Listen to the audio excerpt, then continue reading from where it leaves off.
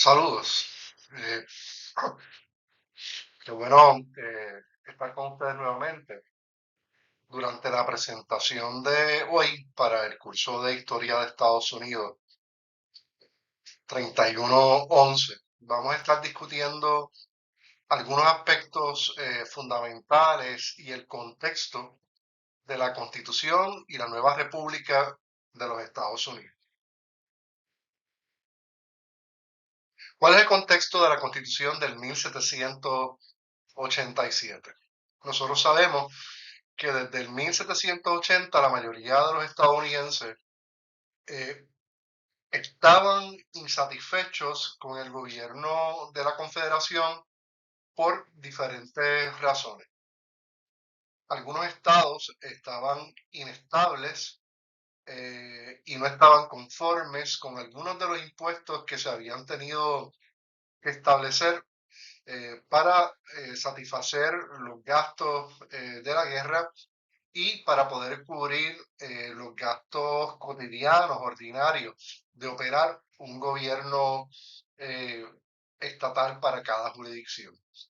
También podíamos observar que los fundadores de esta confederación, que había logrado exitosamente por medio de la revolución ganar su independencia de uno de los imperios más poderosos del mundo, el imperio británico, sentían que una serie de conflictos y revueltas que venían de diferentes sectores de la población ponía en peligro el proyecto de la nueva nación norteamericana.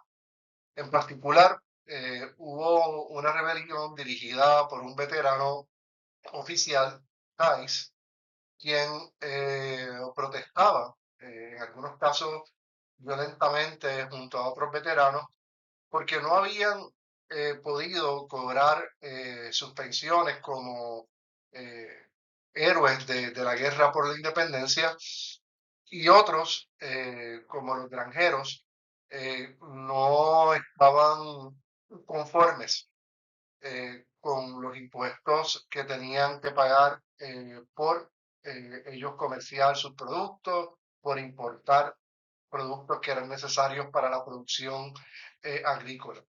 Así que esta incapacidad para manejar los problemas económicos de manera efectiva ponía presión sobre estos jóvenes líderes revolucionarios que ahora pasaban a ser los jefes de estados de cada una de sus jurisdicciones y también a través de el Congreso de la Confederación pasaban a ser los líderes de la joven nación norteamericana. Una década antes, los estadounidenses habían evitado deliberadamente crear un gobierno nacional fuerte que se asemejara a la corona británica, que tenía un carácter tiránico y despótico. Estos tenían el temor de que un Estado centralizado usurpara la soberanía de cada uno de los estados que formaban esta joven Unión Republicana. Para el 1787 establecen una nueva constitución que creó un nuevo y poderoso gobierno nacional. Pero ¿cómo llegaron allí? Una serie de deudas con los veteranos y también con los bonistas de la guerra, es decir, aquellos norteamericanos que tenían una acumulación de riqueza disponible y apoyaban la independencia porque estaba a favor de sus intereses de producción agrícola, como comerciantes y también como pequeños empresarios, invirtieron parte de su fortuna en respaldar la guerra por la independencia. Pero a mediados de la década de 1780, el Congreso de la Confederación se debilitó tanto que en 1783 sus miembros se retiraron paulatinamente de Filadelfia, donde se celebraba la convención, para escapar una serie de demandas, eh, protestas que los veteranos del ejército realizaban para que se les pagara sus pensiones. La Confederación tenía una enorme deuda pendiente que había acumulado en el país y también en el extranjero, con las potencias como Francia, que la habían ayudado a ganar la guerra, y otros bonistas, entre ellos traficantes de productos comerciales que también veían la independencia de los Estados Unidos como una mejor oportunidad de negocio. Y estos bonos tenían que ser pagados, ¿verdad? Para que la economía norteamericana estuviera estable y pudieran confiar tanto los ciudadanos norteamericanos como sus aliados comerciales y políticos a nivel internacional. La joven nación temía dividirse antes de firmar el Tratado de París con Londres, que ya lo hemos discutido anteriormente y sabemos que fue el que oficialmente estableció una independencia política, económica y real entre el antiguo imperio británico y la joven república formada por la unión de los 13 estados emergentes. Los ciudadanos sospechaban que la aristocracia, ¿verdad? Que había una cuestión de conflictos de clase al interior de los Estados Unidos. Y los ciudadanos de a pie sospechaban que la aristocracia norteamericana compró bonos de manera especulativa para enriquecerse más de lo que ya eran y poder, a través de manipular esa deuda, dominar el nuevo gobierno de la Confederación.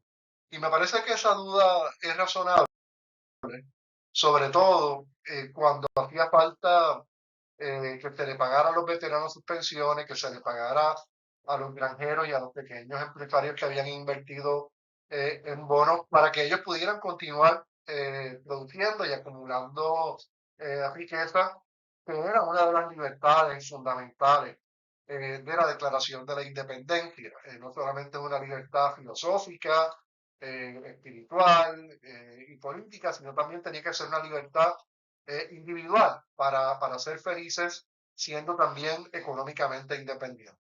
La rebelión de los granjeros eh, se manifestó a través de una serie de bandas que se amotinaban en varias ciudades y puertos de Nueva Inglaterra. Estos disidentes, algunos de ellos que también fueron veteranos revolucionarios, se unieron detrás de Daniel Chase, un ex capitán del ejército continental que había sido uno de los líderes en el frente de batalla por la independencia y gozaba de prestigio y respeto entre los demás soldados del ejército continental. Chase emitió una serie de demandas que incluían y demandaban que el gobierno imprimiera más papel moneda, de tal forma que comenzara a circular el intercambio de bienes y de servicios y que ellos pudieran satisfacer sus necesidades básicas de alimentación, de tener un techo, de tener su abrigo, mantener su familia y volver a conducir una vida normal más allá de la guerra. También Shai en sus demandas pedía medidas de alivio fiscal, ¿verdad? Que se redujeran o que se eliminaran determinados impuestos, sobre todo aquellos que estaban relacionados con los abonos, las materias primarias para la producción agrícola, semillas que se importaban, herramientas y otro tipo de artefactos que eran necesarios, ¿verdad? Para poder añadirle valor a ese trabajo agrícola y acumular alguna riqueza. Eh, Otras de las demandas era la reubicación de la capital del estado de Boston al interior, es decir, que la capital de este Congreso de la Confederación de Estados estuviera o en el medio de los estados del norte y los estados del sur, o literalmente fuera del dominio de los estados industrializados y más avanzados del norte. Entre otras propuestas que eran razonables, pero que también tenían sus consecuencias, estaba la abolición del encarcelamiento por deudas. Y es que todavía en este momento, que no se tenía la constitución eh, de 1787 y otras leyes estatales que protegieran a los deudores, usted podía cumplir días de cárcel, se le podía embargar sus propiedades, sin que hubiera un debido proceso de ley con unas garantías procesales de que usted se pudiera defender de una deuda que en este momento y por circunstancias ajenas a su voluntad, pues usted pudiera continuar pagándola. Así que podemos decir que esta rebelión de Chai y los granjeros, tanto de los veteranos como de los granjeros, tenía una justa causa y que tenía que ser atendida. Durante el verano de 1786, los rebeldes se concentraron en impedir el cobro de las deudas privadas, es decir, por medio de protestas donde físicamente se interponían entre aquellos agentes de cobro de Hacienda, agentes de cobro, alguaciles de los tribunales que iban a enviar órdenes para que los deudores comparecieran a las deudas a los tribunales de quiebra y sobre todo para que una vez hubiera una decisión de estos tribunales de quiebra, no te pudieran vender los bienes, las herramientas, las tierras, literalmente las propiedades de estos granjeros, pequeños agricultores que habían invertido en los bonos de guerra, que algunos de ellos también habían sido veteranos y que ahora sus propiedades confiscadas iban a ser vendidas. En este momento va a surgir una figura controversial dentro de los padres fundadores de la nación norteamericana, y es el joven Alexander Hamilton, cuyo padre era un hacendado en las islas del Caribe. Interesante también, ¿verdad?, que el padre de Kamala Harris también fuera un funcionario imperial en el Caribe, ¿no? Así que el Caribe está mucho más cerca de los Estados Unidos de como nosotros, ¿verdad?, nos imaginamos. Hamilton fue ayudante del presidente George Washington, en particular en las áreas de finanzas, en las áreas de la hacienda, en las áreas de atender esa dimensión económica de la joven república. Estaba descontento con las limitaciones que ya se comenzaban a observar de los artículos aprobados por la Confederación y también porque veía como muy débil el gobierno eh, que apenas centralizaba unas funciones y unas operaciones para poder cumplir con sus obligaciones fiscales. Y a lo que me refiero es que teniendo experiencia fiscal y financiera Hamilton, él tenía un plan, él tenía unas propuestas de cómo se podía mantener la soberanía de los estados sobre sus impuestos, sobre su presupuesto, sobre los asuntos de gobernanza interna de cada uno de los estados, pero también se daba cuenta que era necesario eh, tener fondos para proteger la frontera, para tener unos funcionarios en los puertos que pudieran vigilar por la seguridad y por las transacciones comerciales que se realizaban con las marinas mercantes internacionales y sobre todo para poder hacer cumplir como mínimo los derechos que se habían ganado tanto para los estados como para los ciudadanos a través de estas convenciones de los estados confederados. Hamilton convocó una convención nacional para revisar el documento que constituyó la constituyente de la Confederación que hemos hablado anteriormente, y solamente 5 estados enviaron delegados para esa reunión en Annapolis, Maryland, en el 1786. Sin embargo, los delegados que estaban presentes aprobaron la propuesta redactada por Hamilton, donde él establecía una serie de medidas fiscales que podían cumplir con varias metas. Primero, comenzar a pagar la deuda que se tenía a nivel internacional con los bonistas privados que habían invertido en la Revolución Norteamericana para que tuviera éxito, comenzar a pagarle a los bonistas norteamericanos, pequeños y medianos empresarios y terratenientes que habían también invertido en el proceso revolucionario para lograr la independencia y a llegar a una serie de fondos para que el gobierno central pudiera ser eficiente.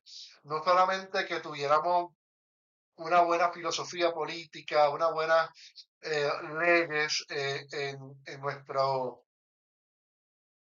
constitución, sino que también pudiéramos administrar. Por ejemplo, hacían falta un sistema de carretera, un sistema de transportación que facilitara el comercio interestatal entre los diferentes estados para así también promover el intercambio de bienes y de riqueza y fortalecer no solamente a la nación, sino a esos pequeños y medianos productores a través de ese sistema de carretera. Algo que pasó es que se pensaba que corporaciones privadas, como ocurría con las marinas privadas comerciales, iban a invertir en un sistema de carreteras como los turnpikes, ¿verdad? Lo que hoy serían las autopistas, donde usted paga un peaje por utilizar una carretera que eficientemente le ahorre tiempo y energías y recursos, ¿verdad? En poder cumplir con su misión de transportar unas personas o unos productos de un lugar a otro. Así que el Estado también necesitaba dinero para establecer ese sistema de comunicaciones y transportación interestatal. Eh, la propuesta de Hamilton recomendaba que el Congreso convocara una convención de delegados especiales de todos los estados que se reuniera en Filadelfia el año siguiente, en el 1887, para considerar nuevas formas de hacer que la constitución del gobierno federal sea adecuada a las exigencias de la Unión.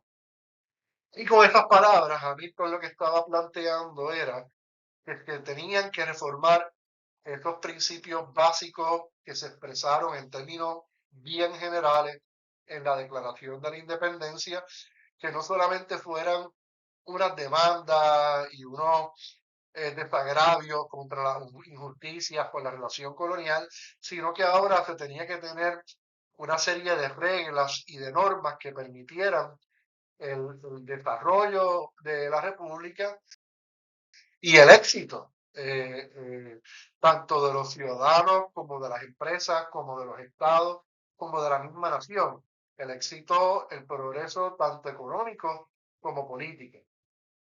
Va a surgir en este proceso de convención constituyente un debate intelectual, ideológico, político, jurídico, entre dos bandos o dos facciones, ambas igualmente patriotas, ambas igualmente independentistas, ambas yo diría que igualmente revolucionarias. Sin embargo, con enfoques distintos sobre cómo podían lograr los mismos propósitos de tener estabilidad, de mantener la independencia de los estados y de poder cumplir con una agenda a largo plazo que protegiera su independencia.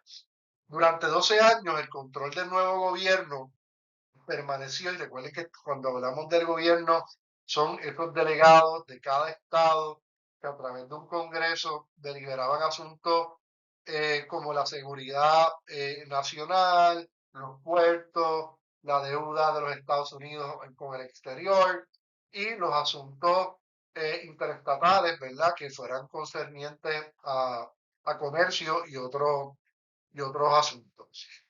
Así que durante estos primeros 12 años, el gobierno permaneció en manos de los federalistas. Los federalistas habían sido aquellos jóvenes intelectuales y políticos, militares, comerciantes, líderes ciudadanos, que habían escrito una serie de, literalmente, papers, de artículos, de ensayos, promoviendo ideas, valores, conceptos que definirían la nueva constitución norteamericana y que querían que el pueblo, la ciudadanía en general, sobre todo los ciudadanos que eran propietarios y que podían votar para establecer el gobierno estatal y para participar del gobierno confederado, tuvieran un entendimiento, ¿verdad?, de cómo se podía asegurar esa independencia y ese progreso a nivel nacional a largo plazo. Los federalistas habían dependido mucho de la figura de Jorge Washington, que siempre se había imaginado y había promovido un gobierno nacional que fuera estable y que fuera fuerte. Así que tenían a su favor una figura emblemática de la Revolución Norteamericana, del establecimiento de la Primera República, y eso ayudó a los federalistas, ¿no?, a poder promover sus ideas liberales, pero a la misma vez centralistas, para formar una nueva forma de gobierno, para establecer una nueva forma de gobierno. Los federalistas consolidaron su posición con amplio apoyo público para crear un nuevo gobierno nacional, al resolver eficazmente dos problemas que la antigua confederación no había podido resolver. Los federalistas lograron atender el problema de la deuda de la guerra, y ya mismo pues vamos a ver cómo lo hicieron. Y también habían comenzado a promover una serie de iniciativas legales para atender la inestabilidad económica de la nación e interestatal, creando un Banco Nacional que era otro de los preceptos que los que no eran federalistas, ¿verdad?, tenían, ¿verdad?, que hubiera también una especie de banco nacional que controlara cualquier otro banco privado, o sea, un banco de gobierno central que presionara y que tuviera más poder que los bancos que libremente se establecieran con capital privado, ¿no? Así que los federalistas lograron estabilizar también, ganándose la confianza, y por eso duraron estos primeros 12 años en el liderato del país, eh, la situación de los territorios del oeste que habían sido concedidos en la negociación con Gran Bretaña y que les permitía la expansión hacia el oeste, y que todos los estados estaban interesados en que les tocara una parte de esos estados, de esos territorios en expansión, para obviamente tener más predominio sobre el continente. Los federalistas parecían estar creados, ante los ojos de sus oponentes, de sus críticos, una estructura de poder tiránica, un banco nacional, recaudación de impuestos a nivel de toda la república, políticas públicas para pagar la deuda centralizada, pero a su misma vez eso estaba trayendo estabilidad al nuevo gobierno.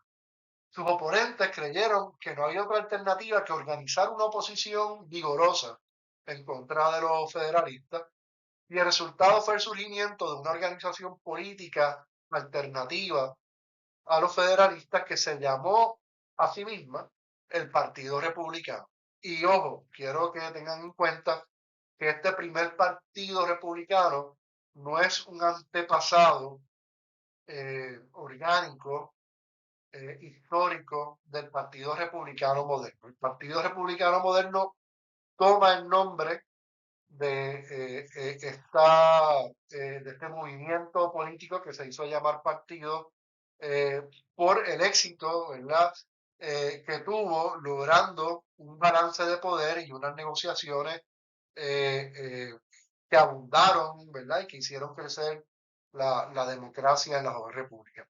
A finales de la década de 1790, los republicanos estaban haciendo todo lo posible para crear un aparato de influencia partidista en cada uno de los estados, formando comités, sociedades, caucus dentro de las legislaturas estatales, ¿verdad?, para tener más poder político y más torque en la negociación con los federalistas. Los grupos republicanos se comunicaban entre sí por por medio a través de las fronteras estatales, se unieron para influir las elecciones municipales, estatales, y justificaron sus acciones, planteando que ellos eran los únicos que representaban los intereses del pueblo contra una especie de conspiración corrupta de los federalistas. Y esto sí se tiene que parecer un poco a, a las controversias extremistas, ¿verdad? Que todavía hoy en día vemos entre extremistas conservadores y extremistas liberales, que son dos polos ideológicos que todavía dominan los debates políticos en los Estados Unidos de Norteamérica. Como remedio para lograr esa unión de la República y poder continuar resolviendo los problemas económicos y fiscales de la nación, se propone eh, que los estados sean representados en la Cámara Baja sobre la base de la población. Y traía la controversia de que los estados sureños esclavistas pues podían tener más población que estados pequeños del noreste eh, que fueran territorialmente más pequeños y que tuvieran menor población que los estados del sur. Y de ahí la propuesta es que cada esclavo contaría como tres quintas partes de una persona libre para determinar la base tanto de la representación como de los impuestos directos. Recuerden que aquí siempre va a haber una correlación entre poder político y obligaciones, ¿verdad? Económicas, eh, contribuciones que tenemos que hacer los ciudadanos, las corporaciones, para poder mantener el Estado funcionando. El comité propuso que la Cámara Alta de los estados estuviera representados por igual, con dos miembros cada uno. Anteriormente, bajo la Confederación, era un miembro por estado, ahora se subía a dos, independientemente de que la población fuera mayor o menor. Así que se utiliza la jurisdicción, el estado, para establecer cuál va a ser la representación en esa Cámara Alta que se va a llamar el Senado. Mientras que en la Cámara Baja vamos a tener la población con esa eh, eh, excepción, ¿verdad? De que en los estados donde hubiera esclavos también se les consideraban no como ciudadanos, sino como población. Y digo no como ciudadanos porque no tenían el derecho a votar y si usted era esclavo, pues tampoco tenía derecho a tener propiedad. La propuesta de la representación por la población rompió con el estancamiento que había en las deliberaciones legislativas y el 16 de julio de 1787 la convención votó a favor de aceptar el compromiso de las tres quintas partes.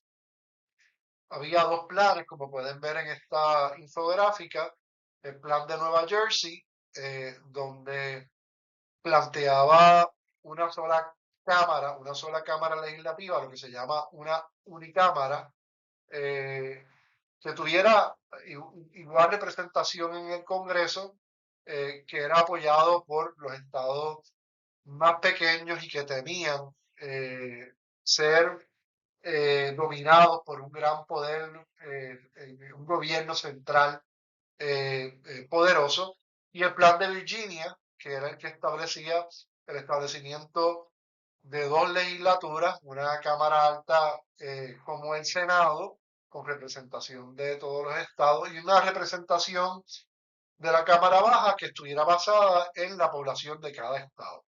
Y esta era apoyada por los estados más grandes. El gran compromiso finalmente logró una legislatura bicameral con igualdad de representación en el Senado y con representación, como ya he explicado, proporcional a su población, incluso concediendo que se contaran los esclavos para que esos estados pudieran tener una mayor cantidad de representantes en esa Cámara Baja. Otro aspecto fundamental de este proceso deliberativo, constitucional, fueron la separación de poderes y el funcionamiento que tenían que tener de chequearse y de balancearse las diferentes de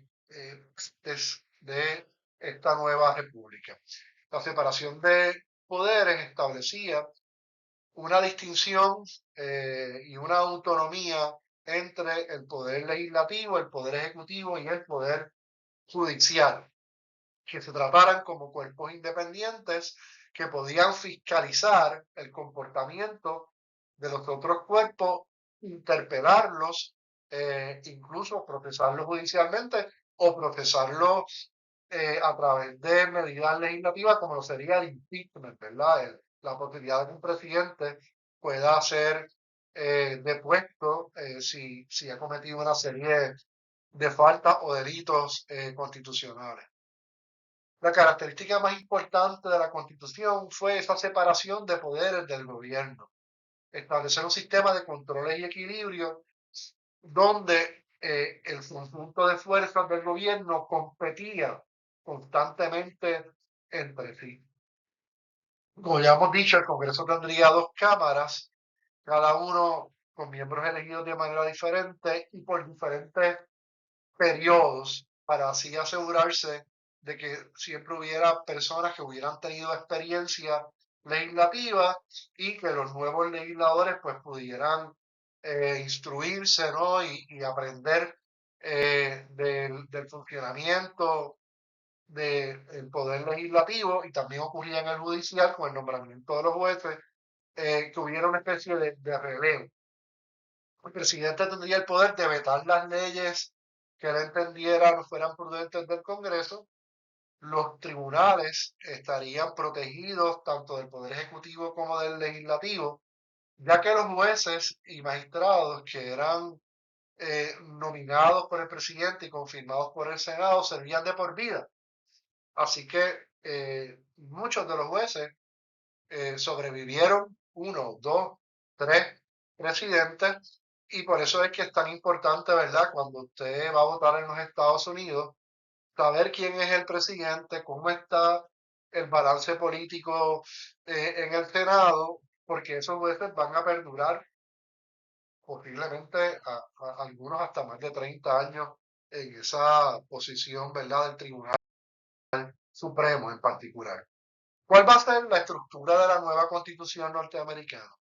Va a tener un preámbulo que le voy a rogar que por favor vayan a la presentación en PDF, en Moodle, que van a tener disponible, y abran el documento en los archivos del gobierno de Estados Unidos y vean ese preámbulo de la Constitución, que su intención, su espíritu es formar una unión más perfecta entre esos estados que habían logrado la independencia, establecer unas medidas de justicia y de equilibrio y asegurar la libertad de los individuos, de los ciudadanos, la libertad de los estados para hacer sus negocios y tomar sus propias decisiones políticas, y también la libertad y la independencia de la nación.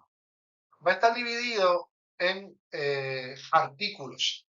La Constitución original de 1787 consiste de 7 artículos. El primero, que establece el poder legislativo, creando el Congreso y dividiéndolo en dos partes. El segundo artículo define el poder ejecutivo, encabezado por el presidente, y ahí se establece temas como los términos, que van a ser dos términos, la edad. En tercer lugar, crea el Poder Judicial, bien importante la figura de la Corte Suprema y su absoluta independencia. En el cuarto artículo, las relaciones entre los estados, las relaciones interestatales y el gobierno federal.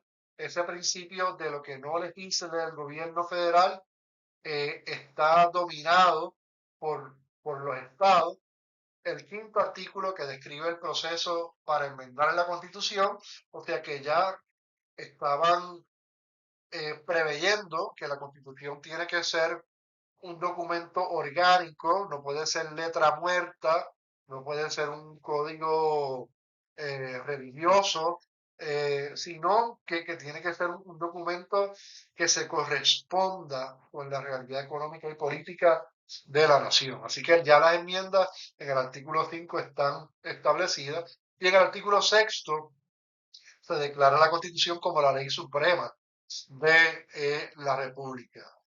Finalmente, se detalla el proceso de ratificación de la Constitución en su artículo 7. Otra dimensión de la Constitución norteamericana son las enmiendas. Hasta la fecha de hoy se han añadido 27 enmiendas. Las primeras 10 enmiendas se conocen como la Carta de Derecho. Me gustaría que ustedes leyeran esas 10 enmiendas que garantizan los derechos fundamentales como la libertad de asociación, la libertad de expresión, el derecho a un juicio justo, examinando el enlace que tienen disponible en la presentación en su documento Google, en su documento en PDF de la página de Google, disculpe.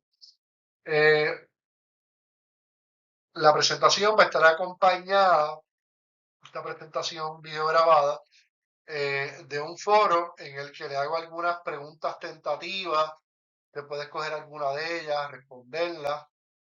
Lo que me interesa es escuchar su opinión. Yo no quiero una opinión jurídica, científica, política, experta o historiográfica, ¿verdad? Válida. Lo que me interesa es que usted lea y me diga qué piensa de una de esas enmiendas, de uno de esos derechos descritos en la Carta, del orden constitucional, del preámbulo de la Constitución, ¿verdad? Y para terminar con esta discusión de cuál es el contexto de la Constitución de los Estados Unidos de América, pues vamos a depender de que usted la examine, de que usted mire este archivo y le cito ese preámbulo: nosotros, el pueblo de Estados Unidos, a fin de formar una unión más perfecta, establecer justicia, afirmar la tranquilidad interior, proveer la defensa común, promover el bienestar general y asegurar para nosotros mismos y para nuestros descendientes los beneficios de la libertad, estatuimos y sancionamos, firmamos esta Constitución para los Estados Unidos de América. Y en este vínculo, pues podrán leer esas tres partes o dimensiones de la Constitución aprobada en el 1787, que es una carta orgánica, está viva, se puede enmendar y la misma pues tiene la intención, ¿verdad?, de asegurar la evolución política, económica de los Estados Unidos de Norteamérica. Les estoy planteando en el foro que lean y reflexionen sobre las siguientes preguntas que tienen enumeradas abajo y que responda brevemente una de ellas en la página de Moodle del curso.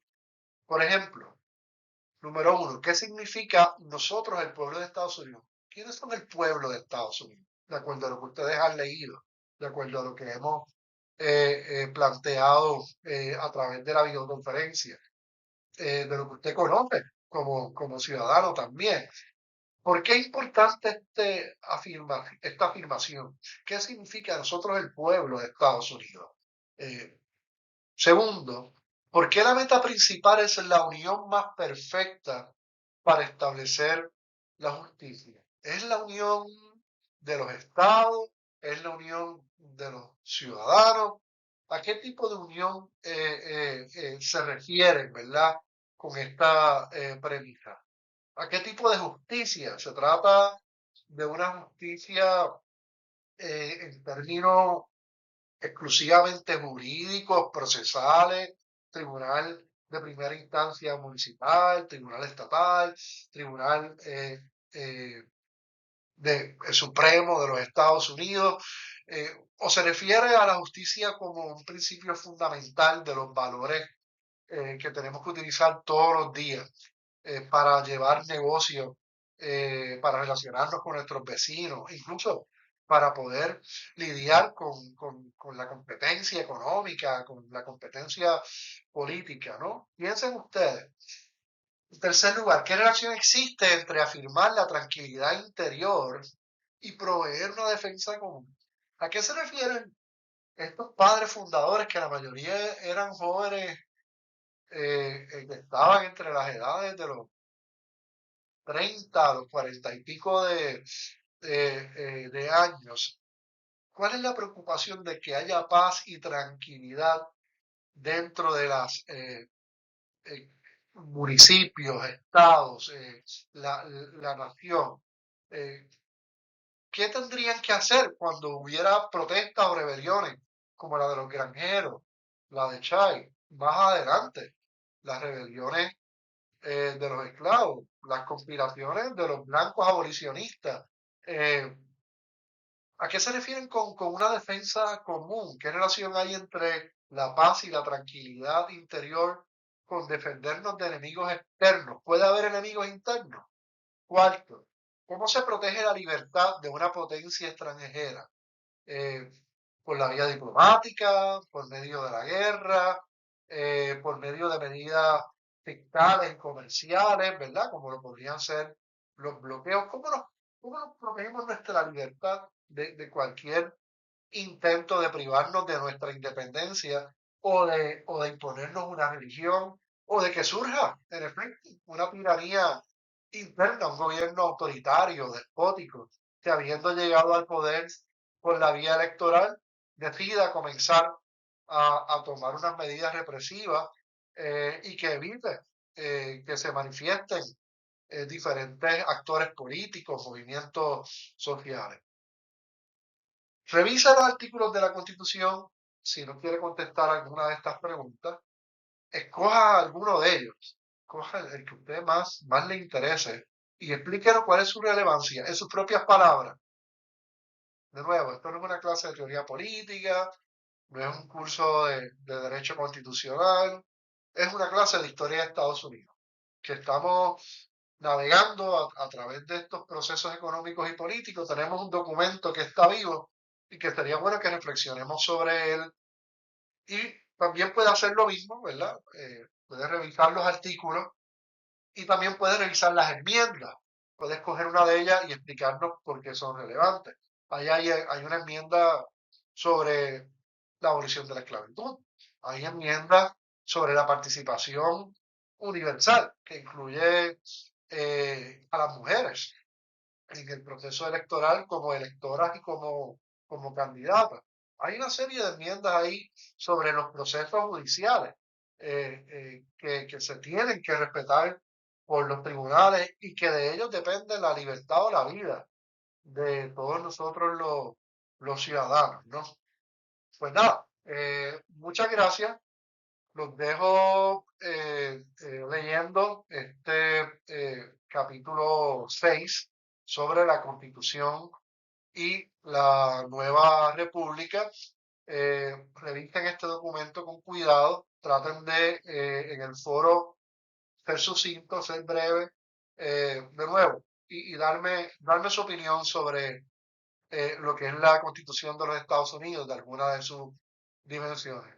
Vean en la página que ya su próximo examen está listo y cualquier duda o pregunta, pues siempre estoy disponible para ustedes a través de mi email y de mi teléfono por texto que tienen disponible en su prontuario.